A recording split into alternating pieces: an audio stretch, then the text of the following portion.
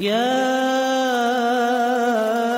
أيها الذين آمنوا اتقوا الله ولتنظر نفس ما قدمت لغد واتقوا الله إن الله خبير بما تعملون. بسم الله الرحمن الرحيم. السلام عليكم ورحمة الله وبركاته.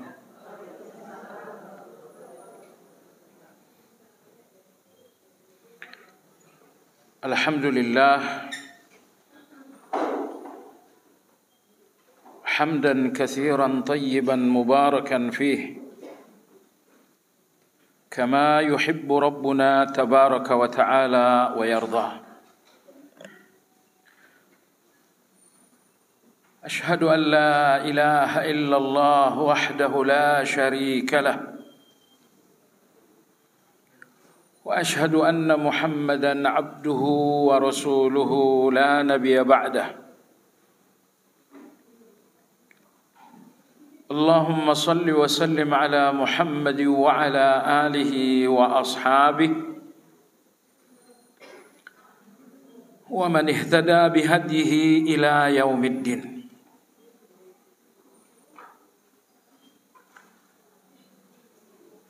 يا أيها الذين آمنوا اتقوا الله حق تقاته ولا تموتن إلا وأنتم مسلمون.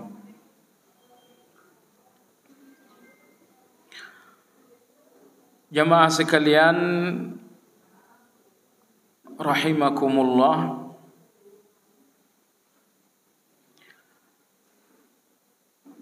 insyaallah kajian Asmaul Husna pagi hari ini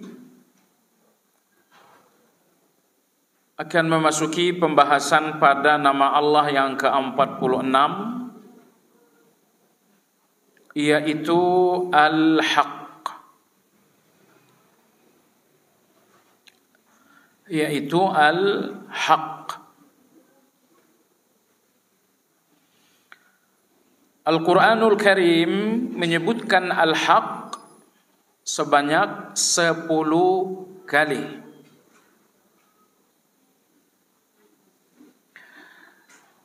Dalam bahasa Indonesia, Al-Haq berarti maha benar.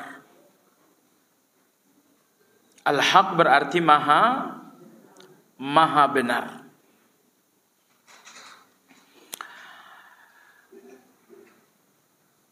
Maha benar zat Allah. Maha benar sifat-sifat Allah.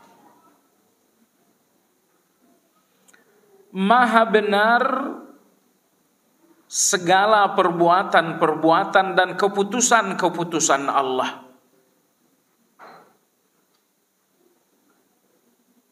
Itu pengertian maha benar. Maha benarnya zat Allah itu karena zat Allah itu tidak berawal dan tidak berakhir. Kalau Anda dan saya, kita berawal, kita berakhir. Awalnya kita adalah kelahiran, akhirnya kita adalah kematian. Anda dan saya adalah kebenaran antara lahir dan mati. Sebelum kelahiran, saya bukan satu kebenaran. Setelah kematian, saya pun bukan kebenaran. 100 tahun lalu, ibu belum lahir. Apakah 100 tahun lalu ibu sebuah kebenaran? Ibu sebuah fakta? Ibu sebuah kenyataan? Tidak. 100 tahun lalu ibu bukan kebenaran. Ibu bukan kenyataan. 100 tahun yang akan datang, kita juga bukan kebenaran. Jadi ibu dan saya benar hanya antara lahir dan matinya kita. Saat ini ibu benar adanya. Saya benar adanya. Adanya saya dan adanya ibu satu kebenaran sepanjang kita di antara lahir kita dan mati kita. Sebelum lahirnya kita, adanya kita bukan kebenaran. Setelah matinya kita, adanya kita bukan kebenaran lagi. Tapi Allah Azza wa Jalla, Allah tidak berawal. Allah tidak berakhir. Maka adanya Allah itu ada yang maha benar. Ibu kalau pernah dengar lantunan sifat 20, itu sifat 20 pertama adalah wujud. Wujud itu artinya apa? Allah maha ada. Maksudnya apa? Adanya Allah itu kebenaran. Maka kalau Anda bertanya, wujud itu kalau di Asmaul Husnanya apa? Wujud Asmaul Husnanya adalah Al-Haq. Karena Al-Haq artinya Allah maha benar. Apanya yang maha benar? Maha benar wujudnya Allah, adanya Allah. Kenapa wujudnya Allah maha benar? Karena wujudnya Allah itu tidak berawal dan tidak berakhir.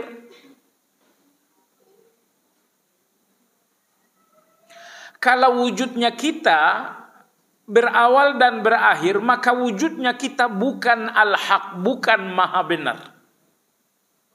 Kenapa? Wujudnya kita ini wujud kebenaran saat kita udah lahir dan sebelum kita mati. Wujud kita wujud benar. Tapi sebelum kita lahir, wujudnya kita bukan wujud yang benar. Setelah kita mati, wujud kita pun bukan wujud yang benar lagi. Baik, mudah-mudahan bisa difahami. Kenapa Allah maha benar? Yang pertama, maha benar wujudnya. Jadi kalau saya katakan maha benar zat, zat Allah itu artinya wujud.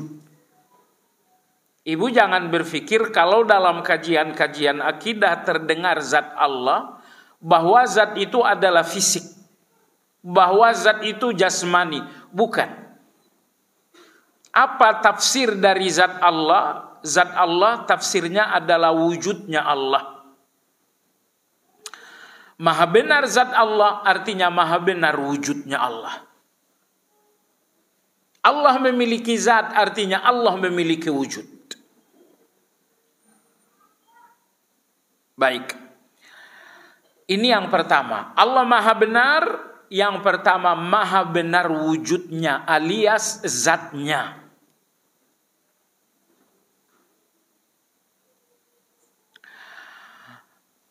Mudah-mudahan bisa difahami yang pertama ini. Wujudnya Allah itu maha benar karena Allah tidak terbatas waktu. Dialah awal, dialah akhir. Tidak ada akhir karena Allah maha abadi. Tidak ada awal karena Allah maha awal. Ketika tidak ada waktu yang membatasi zat dan wujudnya Allah, maka Allah itu wujud secara mutlak. Hak secara mutlak. Ini yang pertama. Allah maha benar dalam zat artinya maha benar dalam wujud.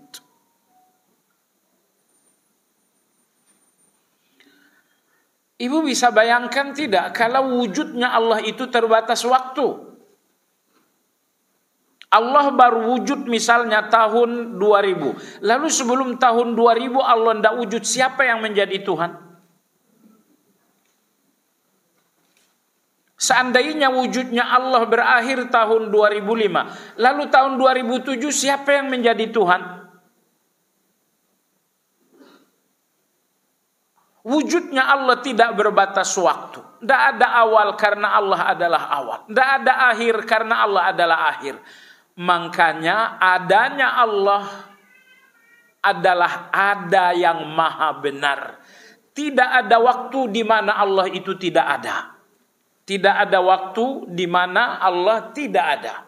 Kalau ibu dan saya, ada waktu di mana saya tidak ada. Sebelum lahir, saya tidak ada. Sesudah mati, saya tidak ada. Sebelum kelahiran, sesudah kematian, saya tidak ada. Maka adanya saya bukanlah kebenaran namanya. Baik.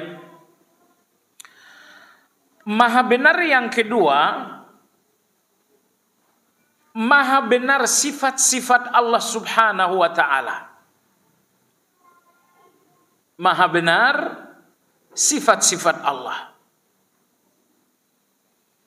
Kenapa sifat-sifat Allah itu maha benar? Karena sifat Allah itu tidak ada batas. Begini, saya ini kuat, itulah sifat saya. Tapi saat saya berhadapan dengan anak kecil, tapi ketika saya berhadapan dengan seorang olahragawan, saya sudah tidak kuat lagi. Saya kuatnya saya adalah kebenaran, tapi kalau berhadapan dengan anak kecil, kalau saya berhadapan dengan ahli bela diri, saya udah nggak kuat. Berarti kuatnya saya kebenaran atau tidak? Kenapa kuatnya saya bukan kebenaran? Karena kuatnya saya itu terbatas. Tapi maha kuatnya Allah tiada batas, maka maha kuatnya Allah itu kebenaran. Maha benar sifat-sifat Allah karena semua sifat Allah tanpa batas. Saya ini kaya, tapi di hadapan orang yang miskin. Begitu saya berhadapan dengan konglomerat tingkat nasional, maka saya tidak kaya lagi, justru saya menjadi miskin. Maka kayanya saya apakah kebenaran? Kenapa? Karena kayanya saya terbatas di depan orang miskin saja. Tapi kayanya Allah itu tanpa batas. Makanya kayanya Allah adalah kebenaran. Pintarnya ibu sebuah kebenaran atau tidak? Bukan. Karena pintarnya ibu terbatas hanya di depan orang yang bodoh.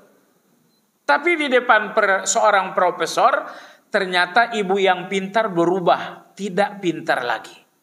Maka pintarnya ibu bukan kebenaran karena terbatas. Tapi ilmunya Allah tanpa batas, maka ilmunya Allah kebenaran.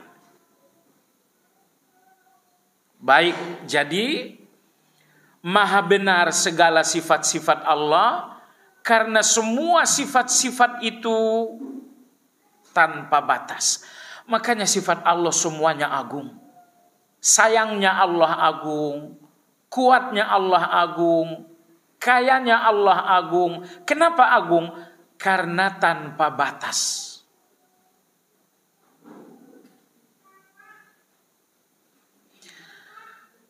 Kalau sifat Allah itu berbatas, misalnya kuatnya Allah itu ada batasnya, berarti Allah butuh sesuatu yang menyempurnakan batasnya Allah itu. Kalau Allah masih butuh, karena Allah punya keterbatasan, berarti Allah itu enggak Tuhan. Dan maha suci Allah dari praduga seperti itu. Baiklah ibu, berarti maha benar segala sifat Allah, karena semua sifat itu tanpa batas. Semua sifat itu kesempurnaan. Sifat kita kekurangan. Pintarnya saya penuh kekurangan. Kayanya saya penuh keterbatasan. Tetapi tidak ada sifat Allah yang memiliki kekurangan dan tidak ada sifat Allah yang memiliki keterbatasan, maka setiap sifat Allah itu dinamakan kesempurnaan, dinamakan dengan kebenaran. Baik Maha Suci Allah, Maha benar Allah dengan segala sifat-sifatnya itu.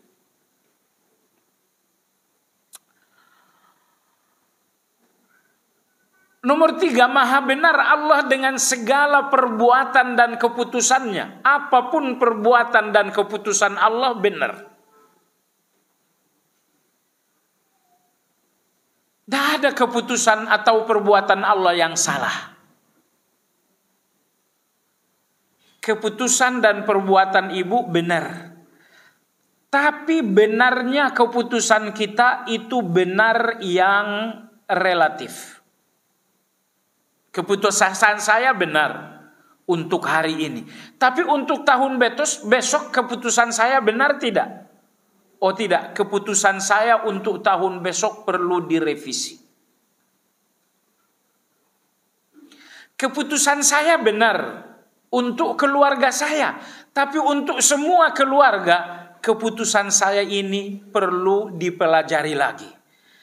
Jadi ibu, tidak ada manusia yang memiliki kebenaran 100%. Keputusan saya, perbuatan, tindakan saya tidak ada yang memiliki nilai kebenaran 100%. Ibu, saya ingin hal ini Anda renungkan baik-baik. Makanya di dalam agama ini kita harus memaafkan orang lain. Walaupun orang lain salah, saya benar, saya harus memaafkan. Kenapa? Sebenar-benarnya saya pasti ada salahnya.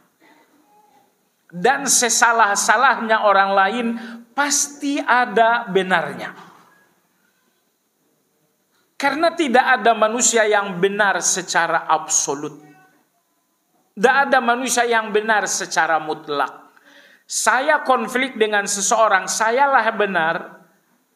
Pengadilan pun membenarkan saya. Namun pertanyaannya, kebenaran saya itu 100%? Tidak. Salahnya lawan konflik saya, salah 100%? Tidak. Semua manusia yang benar, hanya benar maksimal. Bukan maksimal, benar mutlak. Benarnya saya 90%. Nah, ketika benarnya saya, kebenaran yang mayoritas, kebenaran yang 90-80, itu dinamakan saya benar. Tapi tidak ada manusia yang benar 100%. Tidak ada manusia yang salah 100%. Oleh sebab itu, ketika antara manusia yang salah, manusia yang benar, ketika keduanya konflik, Allah menuntut saling memaafkan. Kenapa? Sebenar-benarnya saya, tidak mungkin saya benar 100%. Sesalah-salahnya dia, tidak mungkin dia salah 100%. Oleh sebab itulah Allah katakan, saling kalian memaafkan. Karena kalian tidak punya kebenaran 100%.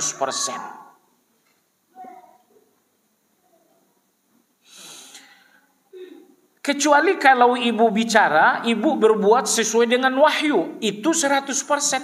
Ibu sholat, itu kebenaran 100%. Karena sholatnya ibu itu wahyu.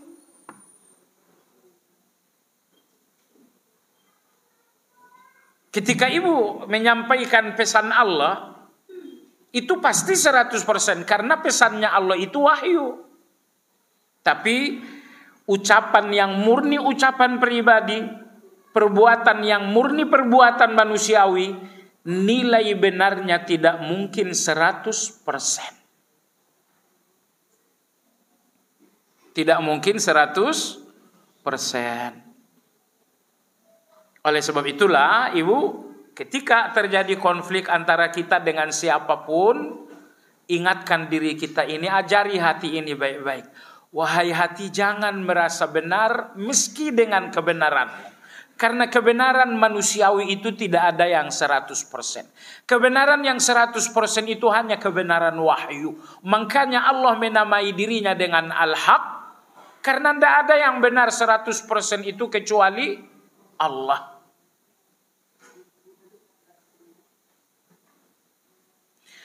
Saya lihat, Ibu, ya, di antara hal yang menenangkan hati, mendinginkan hati saat kita konflik, ini dia.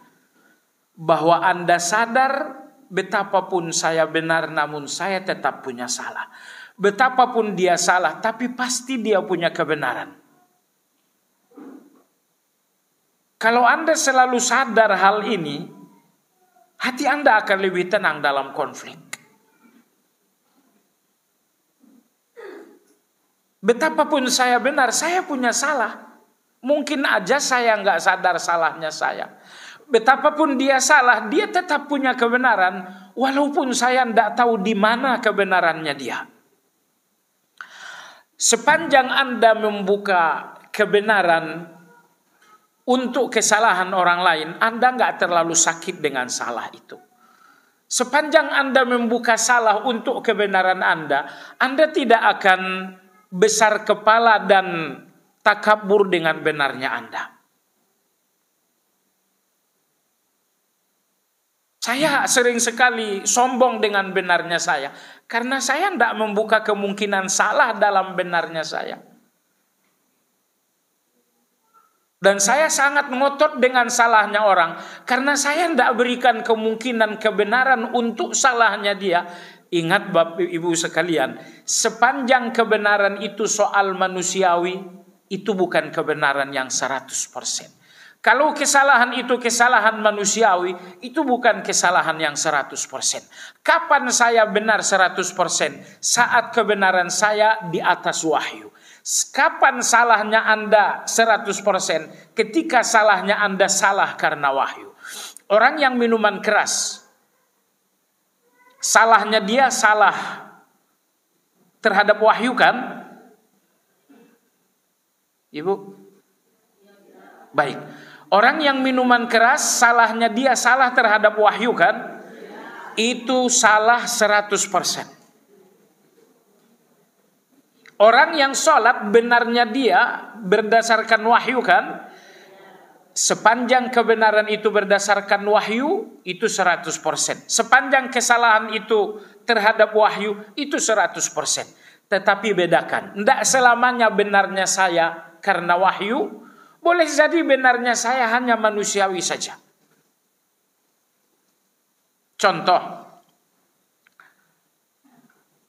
ini si abang nikah bulan ini atau nikah bulan besok? Anda mengatakan bulan ini, suami mengatakan bulan besok. Pasti antara Anda berdua ada yang benar. Misalnya Anda benar, benarnya Anda di sini benar manusiawi saja. Tidak ada dalil yang mendukung Anda benar. Misalnya suami Anda salah, salahnya suami Anda itu salah manusiawi. Tidak ada wahyu yang menyalahkan dia, betul? Lebaran besok kita pulang ke kampung suami atau ke kampung istri? Adakah wahyu yang mendukung A atau menyalahkan B? Enggak ada. Kalau begitu, benar dalam hal ini, benar dalam berpendapat. Salah dalam hal ini, salah dalam berpendapat. Benar dan salah kita dalam berpendapat itu adalah benar manusiawi. Benar manusiawi itu tidak 100%, salah manusiawi itu tidak 100%. Jangan terlalu ngotot kalau benarnya Anda hanya benar manusiawi. Hanya benar manusiawi. Nah, oleh sebab itu Ibu yang saya hormati, ketika Anda akan membenarkan diri dan menyalahkan orang lain, cobalah Anda pikir-pikir dulu. Ini persoalan ada wahyunya enggak? Kalau tidak ada wahyunya, berarti kebenaran dalam hal ini hanya kebenaran dalam pendapat, alias itu hanya kebenaran manusiawi saja. Kebenaran manusiawi tidak perlu saya ngotot. Kalau yang salah dalam hal ini tidak salah oleh wahyu, berarti yang salah dalam hal ini hanya salah dalam berpendapat. Salah dalam berpendapat itu adalah kesalahan manusiawi. Kesalahan manusiawi itu ditoleransi saja. Baik. Jadi ketika Allah telah mengklaim dirinya al-haq, itu artinya tidak boleh ada manusia yang mengklaim akulah kebenaran dalam hal ini. Salah satu syirik dalam agama kita, ibu-ibu, bersifat dengan sifatnya Allah. Itu syirik. Itu syiriknya Fir'aun. Bersifat dengan sifatnya Allah. Takabur itu sifatnya Allah. Kalau ada orang yang takabur, syirik. Di mana syiriknya? Karena Anda bersifat dengan sifatnya Allah. Begitu juga dengan al-haq. Al-haq, Allah maha benar. Maka tidak ada yang boleh mengklaim akulah kebenaran kecuali Allah. Makanya Allah namai dirinya al-haq. Allah namai wahyunya dengan al-haq. Allah namai rasulnya dengan rasul yang hak. Jadi sepanjang keputusan Anda itu hanya keputusan dalam berpendapat, keputusan Anda itu hanya keputusan dalam berlogika, ingat, keputusan Anda yang murni logika, yang murni rasio, yang murni pendapat, jangan klaim pendapatku adalah kebenaran. Nggak boleh. Karena klaim kebenaran ini hanya untuk Allah Azza wa Jalla. Pendapat saya, kenapa tidak boleh saya klaim kebenaran? Sekali lagi, sebenar-benarnya pendapat saya, kalau itu pendapat, berarti masih ada salahnya. Kalau tidak salah hari ini, akan salah tahun besok. Kalau tidak salah untuk fulan, akan salah untuk fulan yang lain. Allahu Akbar. Ibu, Allah Azza wa Jalla ketika Allah telah nyatakan satu klaim, itu kebenaran. Kenapa? Kebenaran yang datang dari Allah itu, kebenaran hari ini, kebenaran kemarin, kebenaran sampai kiamat. Kebenaran yang diklaim oleh Allah, kebenaran untuk saya, kebenaran untuk Anda, kebenaran untuk orang Saudi, kebenaran untuk orang Australia, kebenaran untuk Amerika. Kebenarannya Allah itu kebenaran di setiap ruang dan waktu. Tapi kebenarannya kita bukan kebenaran di setiap ruang dan bukan kebenaran di setiap waktu. Oleh sebab itu, kebenaran saya tidak boleh saya katakan saya adalah kebenaran. Kenapa? Saya ulangi, sebenar-benarnya saya pasti ada salahnya. Kalau tidak salah untuk ruang ini, akan salah untuk ruang yang lain. Kalau tidak salah untuk waktu hari ini, akan salah untuk waktu yang lain. Baik, jadi Allah Subhanahu wa taala al-haq. Nomor 3 tadi, maha benar perbuatan dan keputusan Allah. Ibu yang saya hormati, keputusan Allah apapun kebenaran. Keputusan Allah ada 2. Keputusan syar'i, itulah Al-Quran, itulah hadis. Keputusan syar'i, bagian waris perempuan lebih sedikit dari laki-laki. Itu kebenaran. Keputusan syar'i, perempuan di rumah, laki-laki cari nafkah, bahkan laki-laki berperang kalau terjadi jihad. Beda. Ini kebenaran. Semua keputusan Allah dalam Al-Quran, keputusan syar'i. Keputusan Allah yang kedua adalah takdir. Itu dinamakan keputusan kauni. Saya sakit, saya sehat, itu keputusan kauni. Saya ada uang, saya punya hutang, itu pun keputusan kauni. Baik. Jadi Allah adalah al-haq, baik dalam keputusan syar'i ataupun dalam keputusan kauni. Allahu Akbar. Coba ibu bayangkan ya. Ketika Anda berkeyakinan, tidak ada keraguan bahwa semua keputusan syar'i itu adalah al-haq, Anda pasti ridho dengan semua keputusan syar'i. Wa aqimus salah, apakah itu al-haq? Kalau memang itu al-haq, kalau begitu ridholah dengan wa aqimus salah. Ketika Allah berfirman wa atuz zakah, pertanyaannya, apakah itu kebenaran? Kalau itu kebenaran, ridholah terhadap wa atuz zakah. Tidak ada orang yang tidak ridho terhadap kebenaran kecuali orang yang sadarnya hilang. Kalau orangnya masih sadar, hatinya akan lapang alias ridho terhadap semua keputusan yang benar.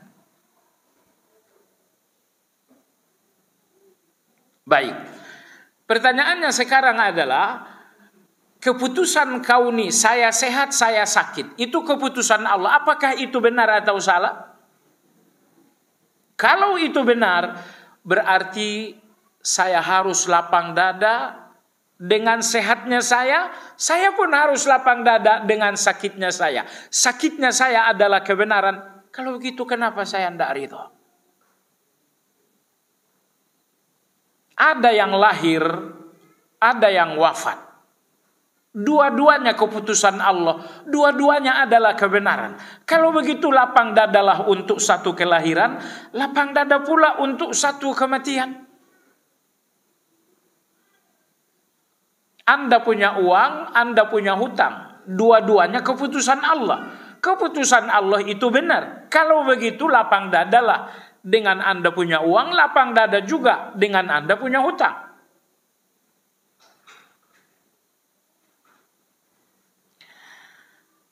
Bisa enggak Allah itu disalahkan? Kenapa? Karena Allah itu al-haq. Karena Allah mengklaim dirinya, akulah kebenaran, maka Allah tidak bisa disalahkan sama sekali. Tetapi tidak lantas Allah itu dibenarkan semua orang. Orang-orang pintar membenarkan Allah, tapi ada orang-orang yang bodoh. Orang-orang bodoh ini yang menyalahkan Allah. Ingat ya, enggak selamanya yang menyalahkan itu karena salah. Tergantung yang disalahkan siapa. Kalau yang disalahkan Allah menunjukkan saya bodoh. Kalau yang disalahkan Rasulullah menunjukkan saya yang bodoh. Tapi kalau yang saya salahkan ini orang lain, ya mungkin dia bodoh, saya pintar, atau saya bodoh, dia pintar. Tapi sekali lagi, menyalahkan gak selalu menunjukkan kepintaran. Tergantung siapa yang disalahkan. Kalau yang disalahkan Allah, menyalahkan Allah itu bukan kepintaran, tapi kebodohan. Mohon maaf. Menyalahkan Rasulullah SAW bukan kepintaran, tapi kebodohan. Jadi kebiasaan menyalahkan, oke, menyalahkan tidak selamanya menunjukkan Anda pintar. Tergantung yang Anda salahkan siapa. Dan nomor dua, dengan apa Anda menyalahkan. Allahu Akbar. Ibu, tadi saya katakan Allah nggak mungkin salah. Semua keputusannya Allah adalah kebenaran. Semua takdirnya Allah adalah kebenaran. Apa standarisasi Allah dengan takdir? Sehingga tidak ada takdir Allah yang salah. Ternyata ibu-ibu yang terhormat, standarisasi Allah di setiap takdirnya adalah hikmah. Standar Allah dalam segala takdirnya adalah hikmah. Makanya tidak ada takdir yang salah. Semua takdir Allah itu al-haq, karena standarnya adalah hikmah. Makanya begini,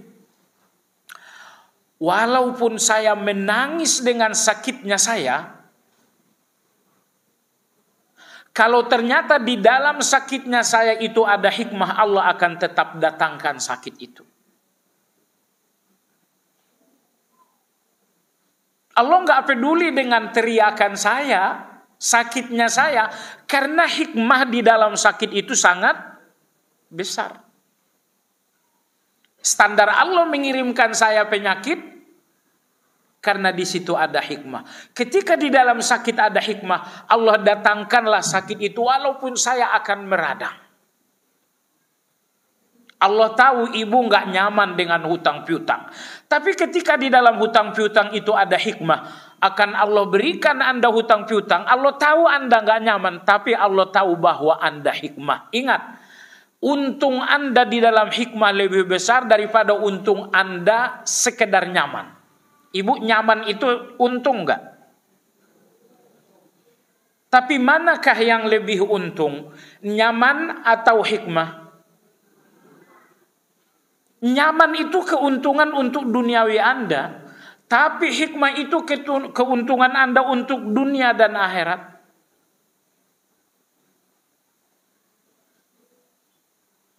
Ibu sakit tanpa nyebut nama, ini contoh saja. Sakit itu namanya aja sakit kan? Iya.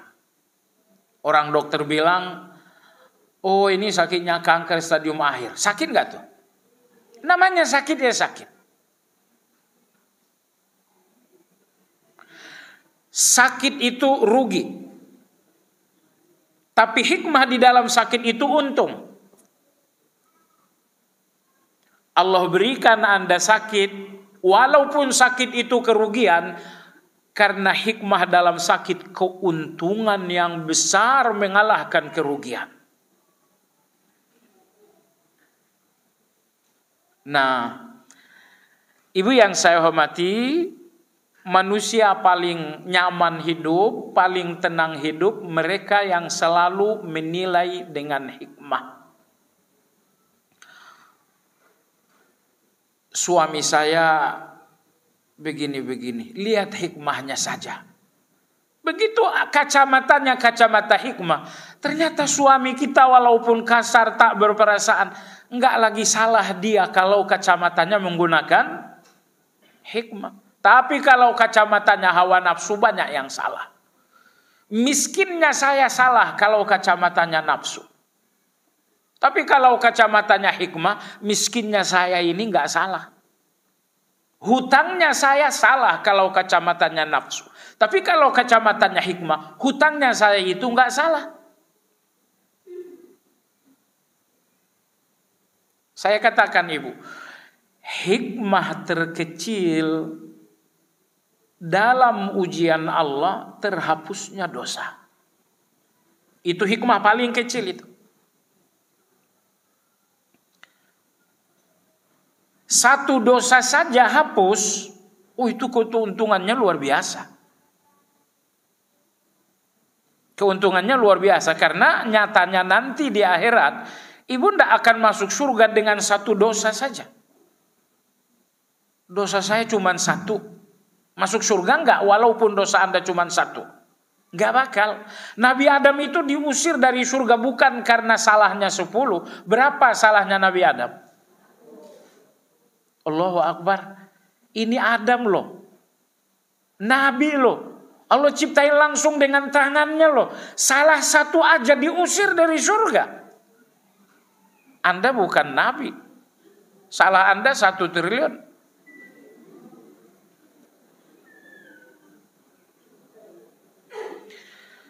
Mimpi surga kita itu angan-angan.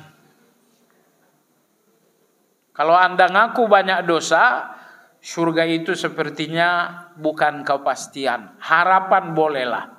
Saya berharap iya, tapi pasti enggak boleh Anda pastikan.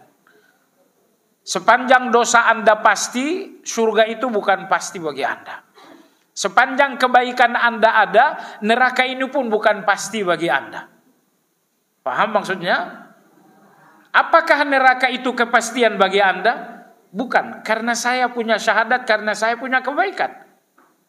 Apakah surga itu kepastian bagi Anda? Bukan, karena Anda punya dosa, karena Anda punya kejahatan. Kalau begitu, neraka itu peluang saya, surga itu pun peluang saya. Lebih dari sekedar peluang? Tidak. Kenapa saya peluang ke neraka? Peluang saya ke neraka adalah dosa saya. Kenapa saya berpeluang ke surga? Peluang saya ke surga adalah kebaikan saya.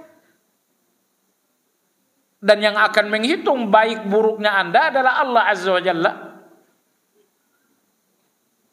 Nah, masalahnya ibu yang saya hormati, istighfar kita untuk dosa cukup nggak?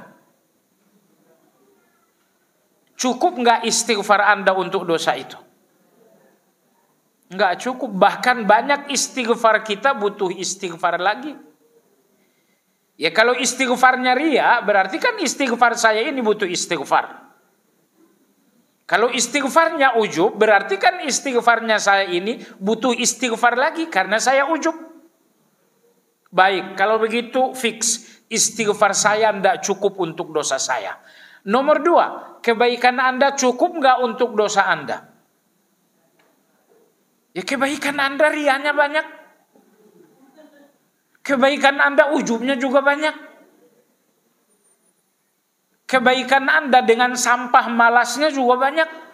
Anda memang sholat, tapi sholat dengan rasa malas.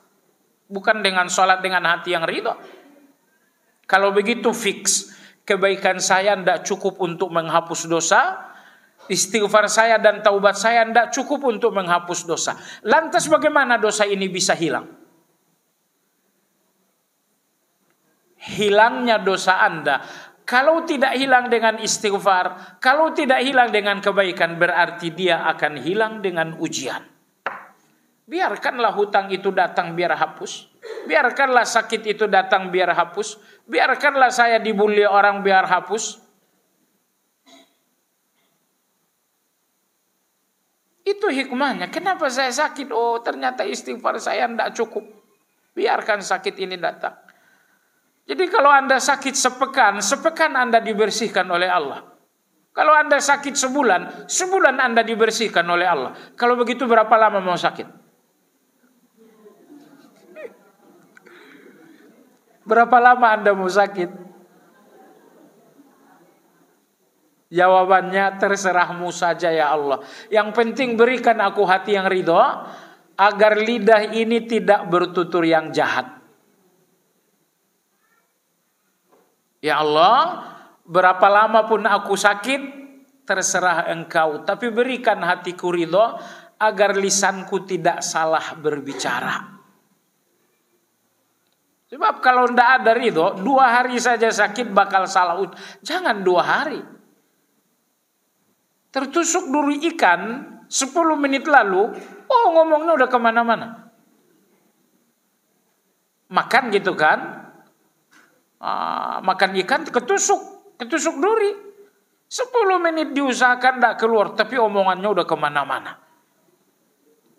Ada orang 10 menit juga mengalami sakit ringan, tapi kalau tidak ridho, ternyata omongannya kemana-mana. Tapi ada orang sakit belasan tahun seperti Nabi Ayub alaihissalam, karena hatinya ridho, bicaranya tetap santun. Bicaranya tetap santun.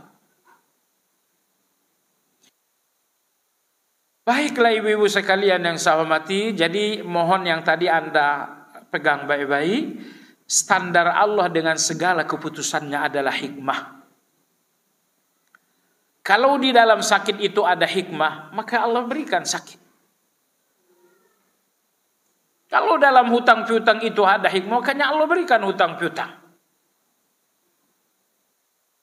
Maka Anda jangan terlalu tersiksa dengan ujian Allah. Anda jangan sempit hati untuk ujian Allah. Lapangkanlah dengan melihat hikmah itu. Lapangkanlah dengan menyadari dan melihat hikmah Allah dengan segala ujiannya. Baik, itulah 3 maha benarnya Allah. Maha benar zat Allah, maksudnya maha benar wujudnya Allah. Maha benar sifat Allah, karena semua sifat Allah itu tanpa batas. Nomor 3, maha benar perbuatan alias keputusan Allah, karena keputusan Allah tidak ada yang salah, semuanya penuh hikmah, semuanya penuh dengan hikmah, jadi nggak ada yang salah. Dan orang yang menyalahkan nggak selalu karena dia benar. Kalau yang disalahkan itu Allah, itu menunjukkan kebodohan itu. Baik. Kembali ke buku pada halaman 174, penulis mengatakan di antara ayat yang menyebutkan nama Allah Al-Haq, ayat 25 dalam surat An-Nur. Allah berfirman, "Wa annallaha huwal haqqul mubin." Dan sesungguhnya Allah, dialah yang maha benar, al-mubin, dan dialah yang maha menjelaskan. Maha benar lagi maha menjelaskan. Maha benar lagi maha ayat ini, ayat 25 surat An-Nur, seandainya Anda mundur kepada ayat-ayat sebelumnya, ayat ini berhubungan dengan satu kasus yang terjadi terhadap Aisyah radhiyallahu anha, bahwa Aisyah pernah dituduh berselingkuh. Ingat ya Ibu, kalau model Aisyah saja dituduh selingkuh, maksudnya kalau Aisyah saja dibully, apalagi yang bukan Aisyah. Aisyah suaminya Rasulullah, dia dibully. Apalagi Anda yang suaminya cuma Pak Lurah. Aisyah yang hafal Quran saja dibully, apalagi Anda yang hanya hafal surat pendek. Aisyah yang ahli ibadah dibully, apalagi Anda yang sholatnya cuma 5 waktu. Jadi ternyata Ibu, kalau orang ngebully kita, iya cocok juga sih.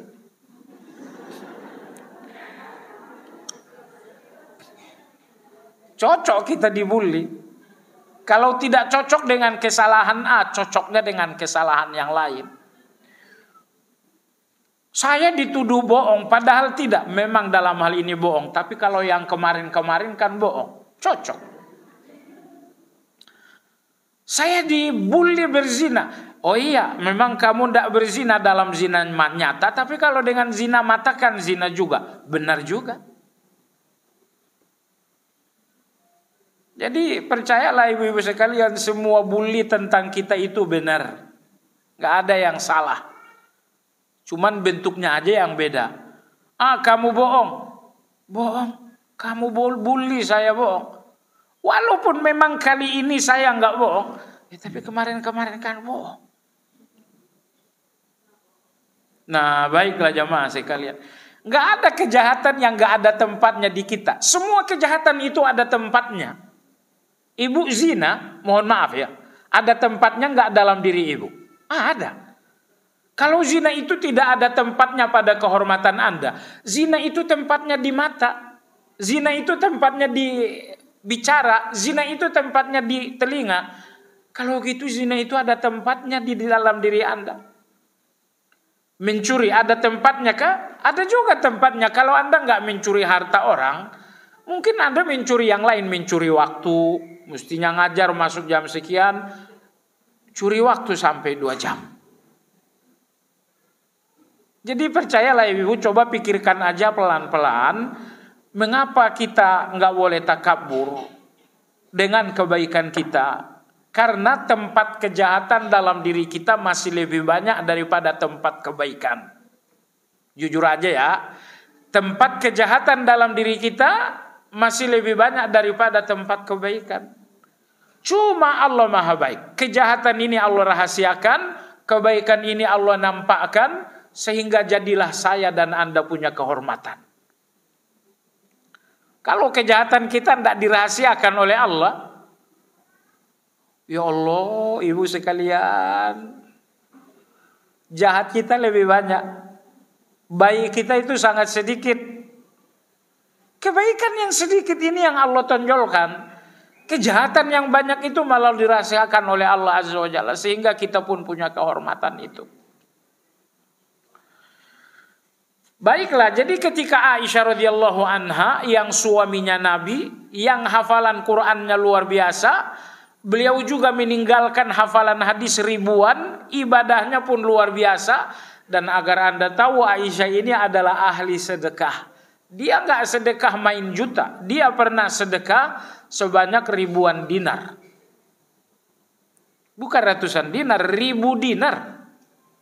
Kalau 1 dinar 4,5 gram emas, itu 1 dinar. Kalau 1000 dinar, beliau ahli sedekah. Ternyata beliau dibully juga. Jadi ulama kita mengatakan 3 hal mustahil dalam hidup. Jangan cari yang mustahil ini. 3 hal mustahil di atas dunia ini. Jangan coba-coba cari 3 hal ini. Karena memang mustahil. Kalau Anda nyari yang mustahil, ya Anda nggak pintar. Yang nyari mustahil itu orang yang lemah berpikir. Mustahil yang pertama, la rahata fid dunya. Di dunia ini nggak ada istirahat. Di dunia ini nggak ada istirahat. Selesai 1 pekerjaan, ternyata 50 pekerjaan udah numpuk. Selesai 50 kerjaan, ternyata 100 pekerjaan antri. Kapan saya istirahat? Kamu di mana? Di dunia. Di dunia nggak ada istirahat. Yang istirahat di dunia orang yang nggak tahu kerjaan aja. Yang istirahat orang yang nggak tahu pekerjaan. Allah saja berfirman dalam Al-Quran, فَإِذَا فَرَغْتَ. Apa artinya? Kalau udah selesai 1 kerjaan, lakukan kerjaan lain. Itu makna ayat. Kenapa maknanya begitu? Karena Allah tahu di dunia ini nggak ada kerja, nggak ada istirahat. Jadi udahlah ibu ya, saya mau istirahat, enggak. Kalau masih di dunia istirahat tuh nggak ada. Ini mustahil yang pertama. Mustahil yang kedua apa? Mustahil yang kedua adalah la najata minal maut. Tidak mungkin Anda selamat lepas dari maut, itu nggak mungkin. Anda takut iya, tapi lepas nggak mungkin. Kaya Fir'aun itu, tapi dia nggak lepas dari mati. Luar biasa Namrud, nggak lepas dari mati. Pak Harto itu presiden kita, tidak selamat juga dari mati. Mustahil yang kedua, tidak ada yang selamat dari mati. Lalu manusia 2 macam. Pertama ada orang yang siap-siap, nomor 2 ada orang yang nggak siap-siap. Kematian dulu, ibu jangan salah, beda dengan kematian yang sekarang. Anda tahu bedanya apa? Kematian menjelang kiamat ini sering nggak pakai sakit. Kalau kematian zaman dahulu, kalau nggak sakit kecelakaan. Kalau mati yang sekarang nggak sakit, nggak celaka, maka siap-siaplah. Nabi kita menjelaskan di antara tanda-tanda kiamat, kata Nabi kita, mautul faj'ah, mati mendadak. Kemarin keluarga saya, anak muda lagi siap-siap nulis skripsi, sambil nulis skripsi ketiduran, dibangunin pagi ndak bangun, ternyata udah meninggal. Anak muda, usia belasan tahun. Kok bisa mati? Iya, mati sekarang beda dengan dulu. Mati sekarang sering nggak pakai sakit, sering nggak pakai celaka. Kalau begitu, persiapan Anda itu harus ekstra. Kalau Anda ekstra, ibu siap nggak hari ini? Ibu dengar ya, maut itu nggak nunggu Anda siap. Nggak perlu Anda jawab pertanyaan tadi. Ibu siap nanti malam, nggak perlu dijawab karena mati itu nggak nunggu kita siap.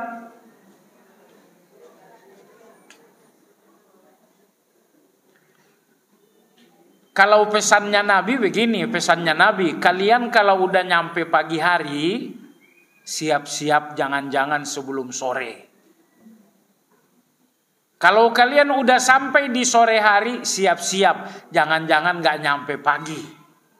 Itu pesannya Nabi kepada Ibnu Umar dalam riwayat Bukhari Muslim.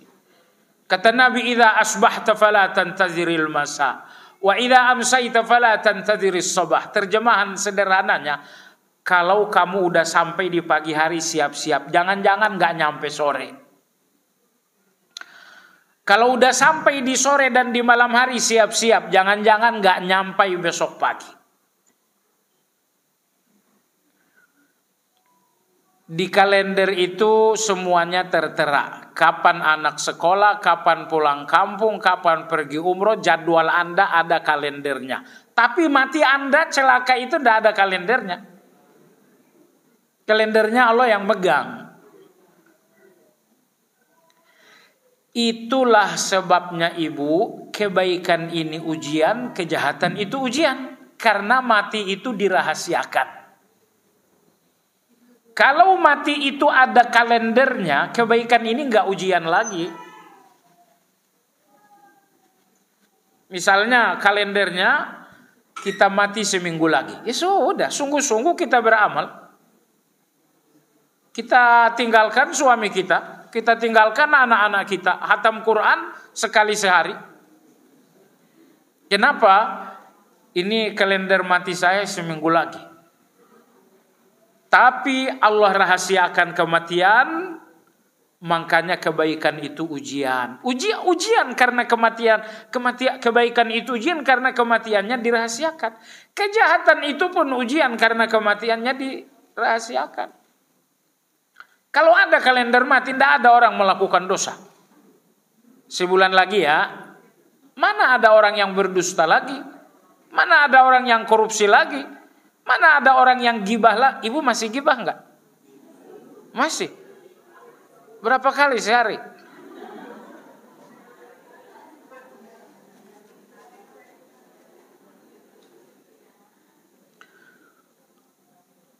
Baiklah jamaah sekalian. Jadi kembali kepada kajian kita. Tadi Aisyah radhiyallahu anha dengan segala kemuliaan ternyata beliau dibully. Jadi kalau kita jauh untuk dikatakan mulia, terima saja bully orang. Benar tidak benarnya serahkan kepada Allah Azza wa Jalla. Baik, jadi ada tadi 3 yang mustahil. Mustahil pertama, nggak ada istirahat di dunia. Mustahil kedua, nggak mungkin selamat dari kematian. Mustahil yang ketiga, la salamata minan nas. Nggak ada keselamatan dari mulut manusia. Nggak ada keselamatan dari mulut manusia. Ibu ndak usah dari mulut tetangga, dari mulut suami aja Anda nggak selamat. Itu yang menjadi teman Anda di meja makan. Itu yang menjadi teman Anda di kamar tidur. Ternyata dari mulutnya suami aja kita nggak selamat. Apalagi dari mulut tetangga. Apalagi dari mulutnya orang yang di sono. Kenapa? Sunnatullah memang nggak ada yang selamat dari mulut manusia. Tapi saya ulangi, jangankan Anda. Ibunda Aisyah ini aja nggak selamat. Jangankan Ibunda Aisyah, Nabi kita pun tidak selamat dari ucapan dari mulut manusia. Oleh sebab itulah ibu, kalau ingin hidup nyaman, kurangi kontak dengan manusia. Kurangi berhubungan dengan manusia. Berhubungan dengan manusia cuma dalam 2 hal saja. Kalau Anda punya kebaikan untuk mereka, berhubunganlah. Atau mereka punya kebaikan untuk Anda, berhubunganlah. Tapi di luar 2 hal ini tidak usah berhubungan dengan manusia. Anda punya kebaikan untuk mereka, ya berhubunganlah. Atau mereka punya kebaikan untuk Anda, ya berhubunganlah. Tapi kalau nggak ada 2 hal ini, tidak usah. Saya yakin ibu-ibu ya, kalau ibu membuat daftar penderitaan, 99% penderitaan itu dari manusia. Nggak pernah dari alam, nggak pernah dari Allah. Nah, jadi ternyata kamusnya tadi begitu. 3 mustahil dalam hidup. Mustahil dalam hidup ini Anda istirahat. Mustahil dalam hidup ini selamat dari kematian, mustahil dalam hidup ini selamat dari mulut manusia. Maka kalau Anda nggak mau sakit dengan manusia, jangan berhubungan dengan siapapun kecuali dalam dua hal. Anda punya kebaikan untuk manusia, bergaullah. Manusia punya kebaikan untuk Anda, bergaullah. Ketemu seseorang, kenalan, aduh orang ini tidak punya kebaikan untuk saya pun tidak punya kebaikan untuk dia. Kalau begitu tidak usah bergaul. Say halo aja kata anak sekarang. Selamat pagi aja, assalamualaikum. Kalau untuk bergaul jangan, kamusnya bergaul itu. Anda punya kebaikan untuk dia, dia punya kebaikan untuk Anda, bergaullah. Karena yang betul-betul nyaman kita dengan manusia adalah kebaikan tadi. Baik, kita lanjut. Penulis di sini menyebutkan tafsir al-haq. Kata beliau, al-haq berarti maha benar wujud dan eksistensinya. Kenapa wujud Allah benar? Karena wujud Allah itu tidak terbatas waktu, tidak terbatas awal, tidak terbatas akhir, maka wujudnya Allah itu benar. Baik zatnya maupun sifatnya, baik firman-firmannya maupun perbuatan-perbuatannya. Firman Allah itu tidak ada yang salah. Jadi ibu, kalau ibu mau selalu benar, Anda nggak bisa selalu benar dengan akal sehat, apalagi dengan perasaan. Kalau Anda ingin selalu benar, berpijaklah di atas wahyu. Kalau Anda berpijak di atas wahyu, Anda nggak mungkin salah. Semua yang berpijak di atas wahyu tidak mungkin salah. Ibu sudah tahu kan betapa mahalnya harga kesalahan itu. Suami salah akhirnya cerai. Mahal kan artinya? Salah berucap akhirnya masuk ke dalam penjara. Mahal harganya kesalahan itu. Maka kalau Anda nggak mau salah, Anda ingin selalu benar, kalau begitu gunakan kompas yang bernama wahyu. Anda nggak mungkin salah. Ketika saya ambil keputusan antara hubungan suami istri menggunakan Al-Quran, nggak mungkin Anda salah. Sebelum Anda berbicara, Anda mau ngomong A, B, C sesuai dengan Al-Quran, nggak mungkin salah. Perbuatan-perbuatan Allah pun nggak mungkin salah. Tidak ada keraguan padanya, membenarkan yang hak dan janjinya pun hak. Nggak ada janji Allah yang salah. Semua janji Allah itu adalah kebenaran. Baik. Cuma manusia ada dua macam. Orang jahat, untuk mereka ada janji yang sangat menakutkan, namanya ancaman. Kalau Anda orang baik, Allah punya janji-janji yang sangat indah untuk Anda. Kalau Anda baik, syurga itu janjinya Allah buat Anda. Kalau Anda saleh, Anda bertakwa, syurga itu janji Allah untuk Anda. Baik. Hari kiamat dinamakan dengan al-haqqah. Al-haqqah itu adalah benar. Allah berfirman, al-haqqatu mal-haqqah. Kenapa hari kiamat dinamakan al-haqqah? Karena hari kiamat itu kebenaran yang tak terbantahkan. Kiamat itu kebenaran yang tidak terbantahkan. Baiklah. Apa ibadah-ibadah kita sehubungan dengan nama Allah Al-Haq? Penulis berkata, Allah adalah Al-Haq, Maha Benar. Dia mencintai dan memerintahkan kebenaran. Karena Allah Al-Haq, perintah Allah semuanya kebenaran. Karena Allah Al-Haq, maka Allah cinta dengan segala kebenaran. Maka Allah tidak merasa malu untuk menjelaskan kepada manusia apapun yang namanya kebenaran. Allah nggak pernah malu menjelaskan kebenaran. Kenapa? Karena Allah cinta kebenaran itu. Baik. Surat Al-Baqarah ayat 26, Allah berfirman, Innallaha la yastahi an yadriba mathalan ma ba'udah fama fawqaha. Allah tidak pernah malu atau segan membuat perumpamaan walaupun nyamuk. Ayat ini ibu nggak paham kalau ibu nggak lihat surat Al-Hajj. Surat Al-Hajj ayat 73.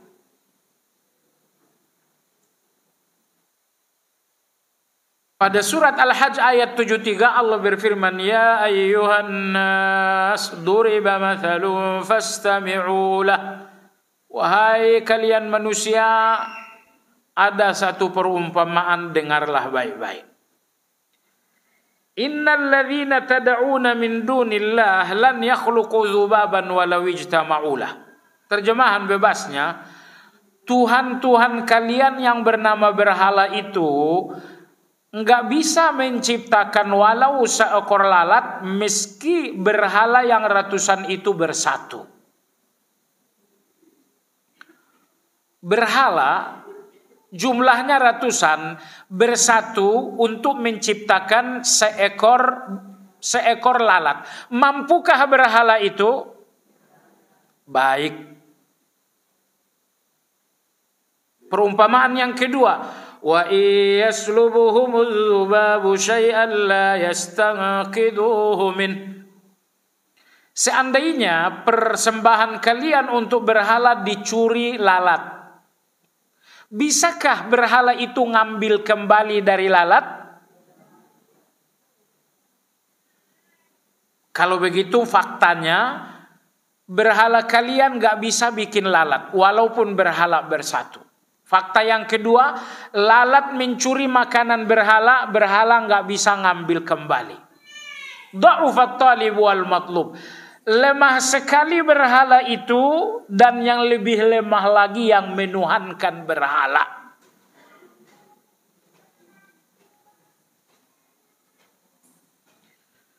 Inilah perumpamaan.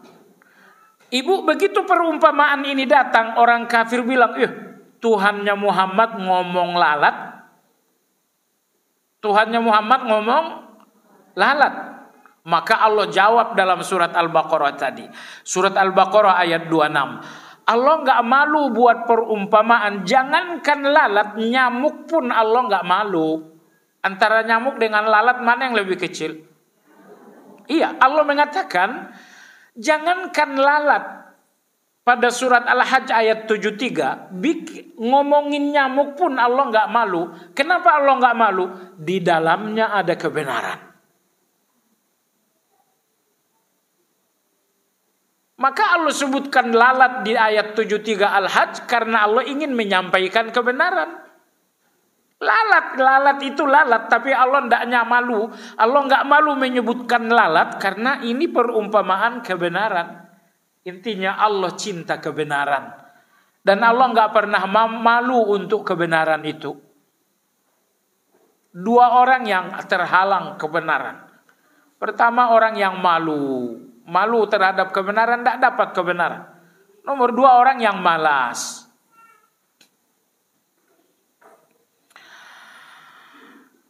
Baik jemaah sekalian yang saya hormati, halaman 175 pada poin berikutnya, Allah memberikan kekuatan kepada kebenaran untuk mengalahkan kebatilan. Allah berfirman, bal naqdhifu bil haqqi 'alal batil fayadmaghuhu fa idza huwa zahiq. Kami melontarkan yang hak kepada yang batil hingga yang batil itu hancur. Ibu, ayat ini coba renungkan baik-baik. Bagaimana ibu bisa menghilangkan kebatilan? Jawabannya dengan mendatangkan baik. Ini anak-anak sifatnya batil. Anda nggak bisa menghilangkan kebatilan dalam sifat anak-anak kalau Anda belum membuatnya benar. Tapi begitu anak-anak ini diajarkan kebenaran, kebatilan tadi akan hilang. 10 Anda ajarkan kebenaran, 10 kebatilan akan hilang. 100 kebenaran Anda ajarkan, 100 kebatilan akan hilang. Tidak ada yang menghilangkan kebatilan kecuali kebenaran. Di mana kesalahan kita? Kesalahan kita, kita larang kebatilannya tapi kita tidak ajarkan kebenarannya.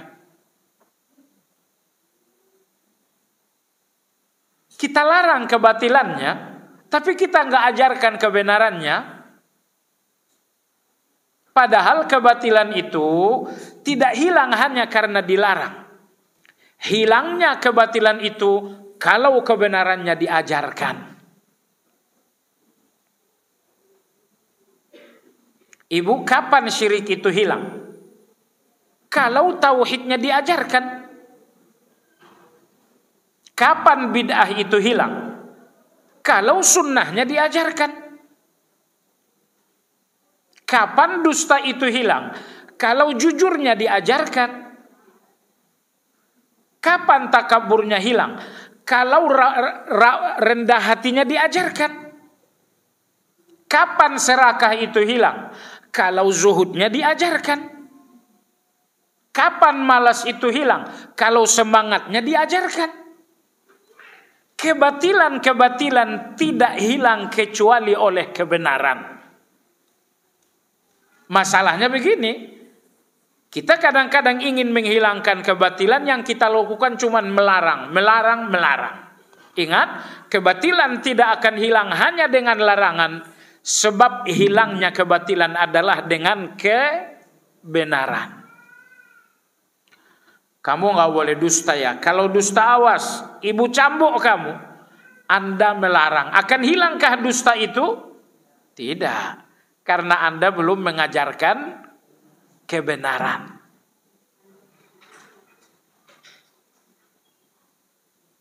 Awas ya kalau kamu masih mencuri, kalau kamu masih berdusta.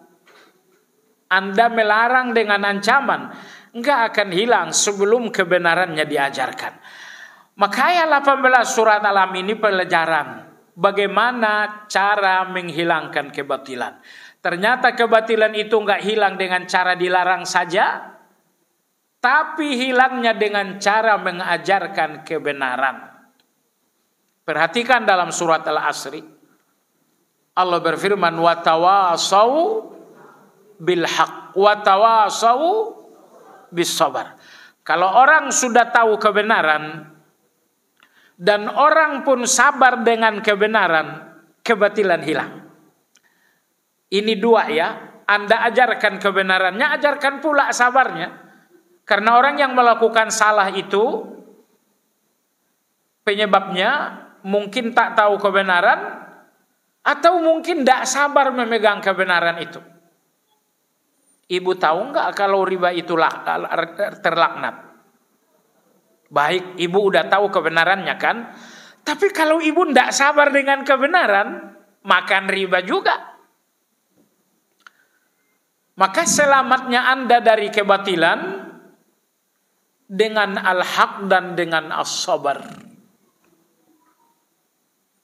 Anda tahu kebenarannya, tapi kalau tidak sabar dengan kebenaran, tetap saja Anda nggak akan meninggalkan kebatilan.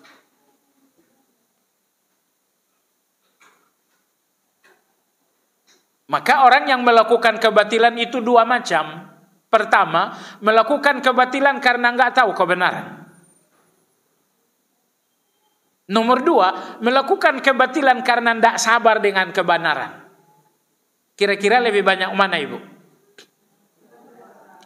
Lebih banyak mana orang yang melakukan karena tidak tahu kebenaran, atau orang yang melakukan kebatilan karena tidak sabar dengan kebenaran? Iya, Ibu 100. Antara suami istri kita tahu sifat sikap yang benar, tapi sering kita tidak sabar dalam kebenaran.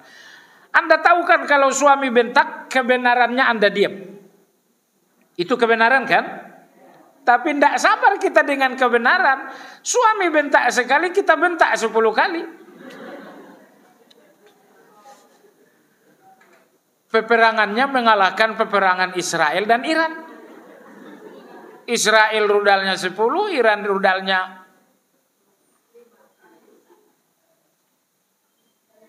Ingat ya, kebatilan itu tidak hilang dengan kebatilan. Suami bentak, kebatilan enggak? Anda balik bentak, kebatilan lagi kan? Kebatilan dengan kebatilan hilang nggak? Tidak hilang. Bagaimana hilangnya kebatilan? Dengan suami Anda bentak, ya mohon maaflah kalau saya salah. Oh Masya Allah. Begitu Anda mohon maaf minta salah, suami akhirnya mengatakan, enggak, saya kok yang salah. Tuh Masya Allah. Akhirnya suami kita ngomong, enggak, saya kok yang salah. Teorinya gampang sekali Bu ya. Jadi hilangkan kebatilan itu dengan kebenaran.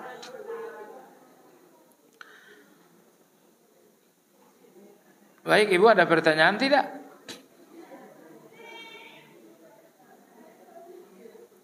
Itu tadi halaman 176, coba lihat di situ ada surat Wal Asri. Halaman 176 di situ ada surat Wal Asri.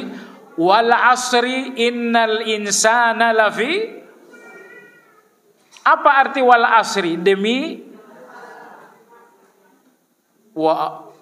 di sini Allah bersumpah dengan masa tanpa membatasi masa itu. Kadang-kadang Allah bersumpah dengan membatasi masa. Wal fajri, itu terbatas waktu subuh. Wal laili, itu terbatas waktu malam. Wan nahari, terbatas waktu siang. Wad duha, terbatas waktu duha. Tapi wal asri tanpa batas. Kenapa Allah bersumpah dengan masa tanpa batas? Apa memangnya yang mau disumpahkan? Innal insana lafi khusur. Manusia rugi. Ya Allah. Ruginya manusia bukan rugi dengan waktu tertentu. Ruginya Anda terkait siang? Enggak. Ruginya Anda terkait malam? Tidak. Ruginya Anda terkait dengan semua waktu. Ruginya Anda terkait dengan semua. Ibu, waktu paling singkat adalah, masa paling singkat adalah detik. Masa di atas detik itu, masa di atas menit itu, masa di atas jam itu, masa di atas hari itu, masa di atas minggu, bulan, masa di atas bulan, tahun, masa di atas tahun, usia. Rugi Anda enggak batas.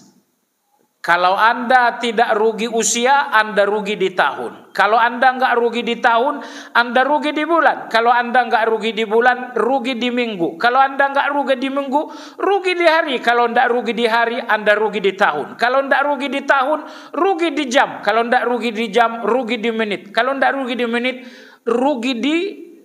Tapi ada enggak orang yang enggak rugi? Enggak ada yang enggak rugi. Enggak ada yang enggak rugi. Masalahnya rugi Anda di mana? Rugi detik atau rugi menit? Saya kira kalau ngerumpinya di KP ruginya jam. Ruginya jam. Tapi ada enggak orang yang enggak rugi? Enggak ada yang enggak rugi, Ibu.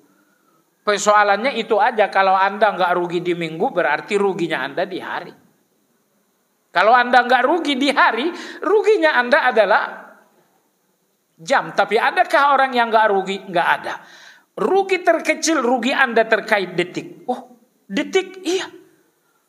Hitung-hitungan kebaikan ini, detik, iya, detik itu sudah hitungan kebaikan.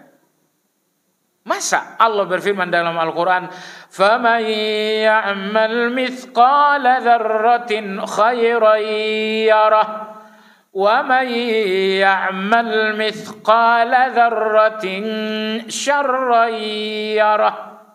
Hitungan kejahatan itu debu, hitungan kebaikan itu debu. Maka argo kebaikan itu mulai dari detik. Argo kejahatan itu pun mulai dari detik. Ya kalau argo kebaikan itu hitungannya jam, selamatlah kita. Tidak ada orang yang rugi 1 menit, kata Allah, selamat kita semua. Insya Allah. Tapi ketika Allah mengatakan ruginya manusia wal asri terkait dengan masa, enggak dibatasi masanya, mulai dari detik adalah rugi. Yang enggak rugi cuma 4 sifat. Amanu, amilus solihat. Manusia dalam hal ini 2 macam. Ada yang amanu dan amilus solihat, ibu orangnya insya Allah. Tapi ada orang yang amanu tapi enggak amilus solihat. Contohnya mereka beriman tapi kalau janji enggak tepat. Mereka memang beriman tapi kalau ngomong dusta. Itu siapa itu? Itu amanu tapi tidak amilus solihat. Siapa mereka? Munafik.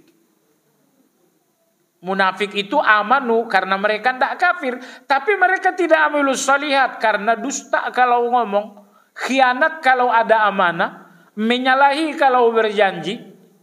Kalau ngomong insya Allah aja itu 90% dusta.